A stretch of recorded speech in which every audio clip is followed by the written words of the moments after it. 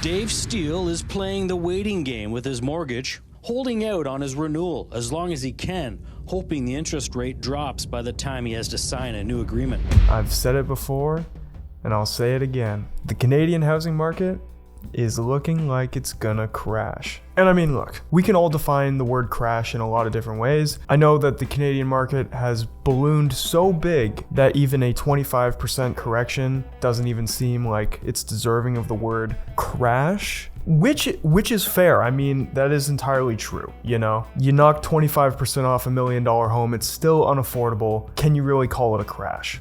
Fair. I guess what I mean when I say a crash is if the same thing were to happen in the stock market, it would likely be called a crash or something of the sort. And I know housing, stock market, two different things, but I'm sure you can at least understand where I'm coming from. Today I was digging through YouTube, as one does, and I saw a video put out by CTV News that touched on one of the topics I mentioned in my previous video, which is interest rate renewals. In my previous video, I mentioned how a bunch of people had bought homes when interest rates were incredibly low, and I'm talking like around the 2% area, and that was the bank rate, not the prime rate. Last year, rates were a lot higher than they are now, and when I saw this video pop up, 1.2 million Canadians braced for increase on mortgage renewals. I was wondering if it touched on the themes and ideas that I've been thinking about. So enough yapping from me, let's just get into the video. Dave Steele is playing the waiting game with his mortgage, holding out on his renewal as long as he can, hoping the interest rate drops by the time he has to sign a new agreement. But if I can wait as long as possible to execute that plan, if that's going to help me, because if the rates continue to go down, I want the best rate I can. Right off the rip, I think what Dave's doing is a good idea. In the current economic state that we're in, it's wise to hold off and see if you can get a better rate.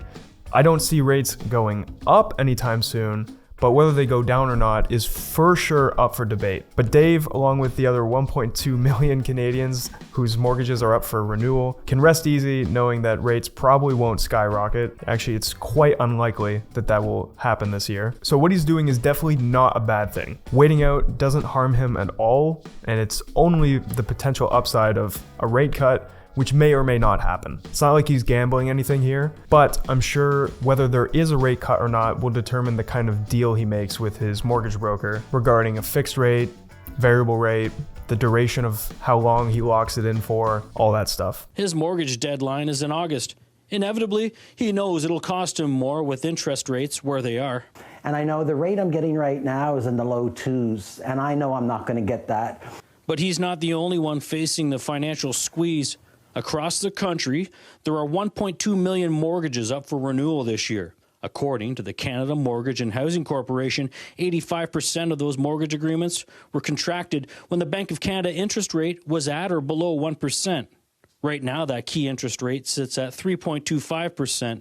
It did sit at 5% this time last year. Steele, usually a 5-year fixed rate guy, is now considering a shorter term. I would say those statistics are crazy, but that's exactly what I've been saying. There were a ton of mortgages that were locked in at low rates. On paper, not a bad play, for sure. And while I don't particularly like realtors, the saying that they have around marry the house, date the rate, I actually think that's a good saying. But during 2020 to 2024, I think what we're actually seeing was that people are dating the house and marrying the rates, because a lot of people who bought in the last 4 years probably won't be able to afford their mortgage payment if it literally doubles. Like I showed in my previous video, the more debt you have, the larger the percents will impact you. So even a 1.5% jump over what you already have can be huge on a monthly basis, depending how much debt you have on your mortgage. Let's get back to it. Now I'm willing to try things a little different.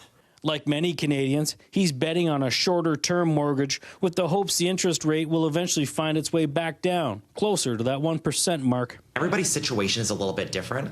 I can tell you a variable rate mortgage is certainly more popular than it was a couple of months ago. I would say one of the most popular mortgage products that we're doing right now is a 3-year fixed.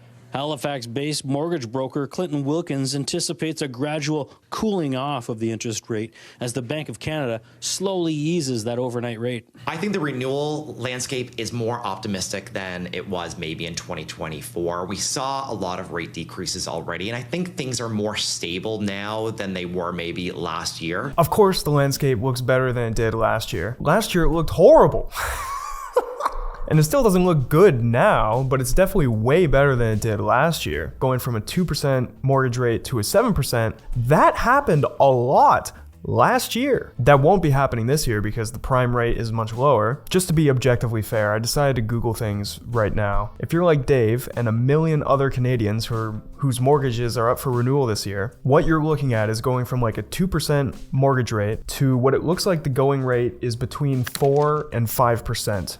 From different banks. That's anywhere from a 100% increase to a 150% increase. I think it would be a little crazy to say that that's not a big jump, because I think it is. And I think a lot of Canadians are going to struggle with that rate jump. Wilkins' best advice is just that, to seek advice from a mortgage professional. Meanwhile, the Bank of Canada is expected to revisit the key interest rate at the end of January. It's hard to predict if that interest rate will come down again, but that's what many here are hoping for. Yeah, this is a great video. Thank you, CTV, for looking into this and allowing me to completely newsjack you. Nah, but for real, shout out to them. The link to their original video will be in the description, along with all the other sources that I'm using to make claims in this video. Okay, so what that news anchor said there right at the end was that Dave, along with the other million or so Canadians, are basically praying for lower interest rates. And again, like I said, it's not a bad thing to hold out because rates very likely are not going to go up, so this isn't harmful for holding out. Worst case scenario is you get stuck with the same rate that is offered today. Best case scenario, you get a lower rate. So like it's kind of a win. Is anything really a win in this economy? Here's the interesting thing. In Canada, our economic policy, for the most part, is quite similar to our neighbors south of the border. Obviously not in every way, but when they raise interest rates, we tend to follow. And if they decrease interest rates, we also tend to follow. Obviously, the scale and complexities of our economy compared to theirs are vastly different. So let's look at some numbers and maybe we can come to a decision together. As we know, typically interest rates will go up in an effort to fight inflation and bring inflation back down to around 2%, which is both the Bank of Canada and the United States Federal Reserve's goal for inflation. As we know, rates have hiked up both in the US and in Canada quite a lot over the last year. And because interest rates have gone up significantly over the last year or so, both in Canada and in the US, inflation has been curbed quite intensely. Based on the information I have available, it seems Canada has actually done a fairly decent job of getting us to that 2%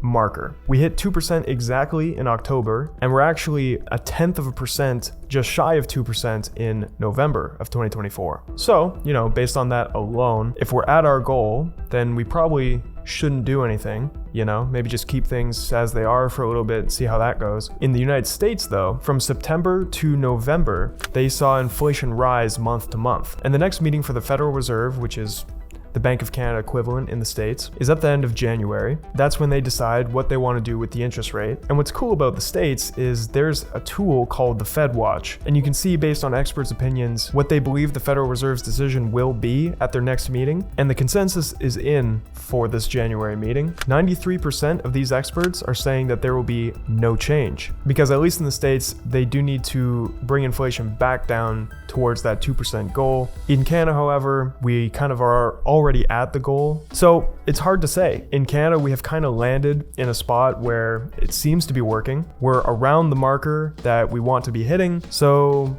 why change anything? And if we typically follow what the US does, it's quite likely that if they don't decrease their interest rate, then we might not either. I'm not saying it's going to be like that all year. A year is a long time for a lot of things to change. I'm just saying on the short term, it might happen, it might not, but you tell me. I'm interested to hear what you guys have to think. Again, thank you for all the support on the videos. If you're a new subscriber, thank you so much. If you want a more in-depth analysis on what the Canadian housing market looks like this year, the video is up on screen right here. And until next time, thank you for watching. Bang, bang, bang. Light day. This is a short one.